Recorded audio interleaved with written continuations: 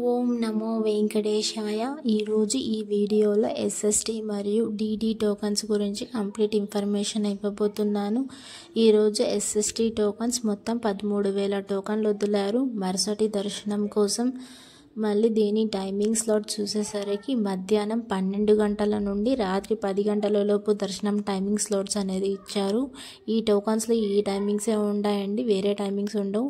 DD tokens వచ్చేసరికి ఇవి కూడా టోటల్గా 2,500 టోకన్లు వదిలారండి. ఇవి కూడా మరుసటి దర్శనం కోసమే ఇస్తున్నారు. అన్ని టోకన్స్ మరుసటి దర్శనం కోసమే ఇస్తారండి. దర్శనం టైమింగ్ స్లాట్ చూసేసరికి మధ్యాహ్నం 12 గంటల నుండి రాత్రి 9 గంటల లోపు దర్శనం టైమింగ్ స్లాట్స్ అనేది ఇచ్చారు. మరియు టోకన్స్ ఎక్కడెక్కడ ఇస్తున్నారా అనేది భూదేవి కాంప్లెక్స్లో ఇస్తారు, శ్రీనివాసంలో ఇస్తారు, విష్ణు నివాసంలో ఈ 3 ప్లేసెస్లో ఇస్తారండి. భూదేవి కాంప్లెక్స్లో మాత్రం దివ్య దర్శనం టోకన్స్ కూడా ఇస్తున్నారు, అంటే డిడి టోకన్స్ కూడా ఇస్తారు. ముందు శ్రీవారి మెట్టు మార్గాన ఇస్తున్నారు, ఇప్పుడు అక్కడ మానేసి భూదేవి కాంప్లెక్స్లో ఇస్తున్నారండి. భూదేవి కాంప్లెక్స్ అలిపిరి మార్గాన ఉంటుంది. మీరు అలిపిరి స్టెప్స్ ఎక్కాలనుకుంటే అక్కడ భూదేవి కాంప్లెక్స్లో వేసుకోండి, మీకు దగ్గరగా ఉంటుంది. శ్రీనివాసం అయితే బస్ స్టాండ్కి దగ్గరలో ఉంటుంది, అక్కడ వేసుకోండి. విష్ణు నివాసం అయితే రైల్వే స్టేషన్కి దగ్గరగా ఉంటుంది, మీకు అక్కడ అనుకూలంగా ఉంటుంది కాబట్టి అక్కడికే వెళ్ళి ఎస్ఎస్టీ టోకన్స్ అనేది తీసుకోండి. డిడి టోకన్స్ శ్రీనివాసంలో మరియు మళ్ళీ విష్ణు నివాసంలో ఈ 2 ప్లేసెస్లో మాత్రం అస్సలు ఇవ్వరండి. మీరు టోకన్స్ అనేటివి తొందరగా రావాలి అంటే మీరు మధ్యాహ్నం 3 నుంచి క్యూ లైన్లో ఉండడం స్టార్ట్ చేసుకోండి. 4:30 నుంచి టోకన్స్ అనేది ఇవ్వడం స్టార్ట్ చేస్తున్నారు. త్వరగా అయిపోతున్నాయి టోకన్స్ కూడా. 7:30 లోపల త్వరగా అయిపోతున్నాయండి, అందుకనే ముందే చెప్తున్నాను. అలానే తిరుమలలో దర్శనం ఎంత సమయం పడుతుంది, భక్తుల రద్దీ ఎంతమంది ఉన్నారనేది ఇప్పుడు తెలుసుకుందామండి. నిన్నటి రోజున 10వ తేదీ 6వ నెల 2025 80,894 భక్తులు స్వామివారిని దర్శించుకున్నారండి. అలానే 32,508 మంది తలనీలాలు స్వామివారికి సమర్పించారు.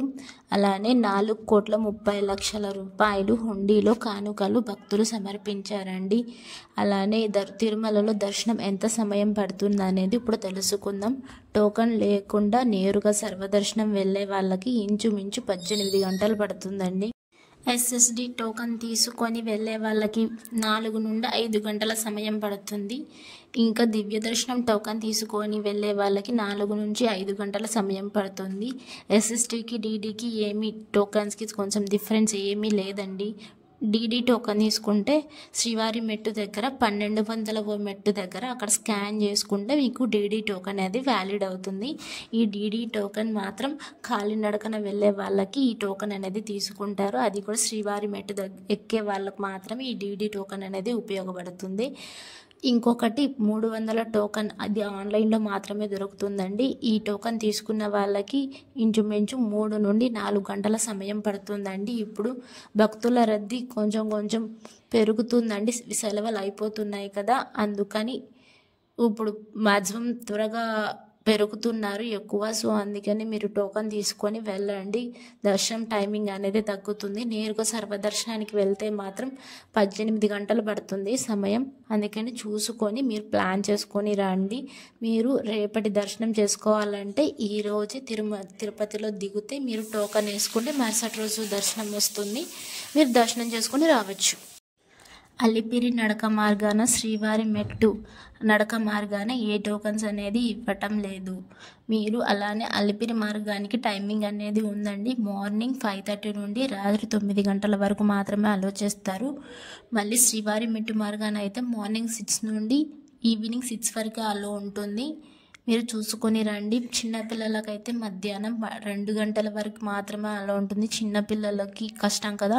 అలానే నైట్ చిరుత పిల్లలు తిరుగుతున్నాయి కాబట్టి సో అందుకనేది టీటీడీ యాజమాన్యం అనేది మొత్తం టైమింగ్స్ అనేది చేంజ్ చేసింది. సో అందుకనే మీకు ముందే చెప్తున్నా, మీరు చూసుకొని రండి. మళ్ళీ thank you for watching. Please like, share, subscribe the video. అందరికీ ధన్యవాదాలు.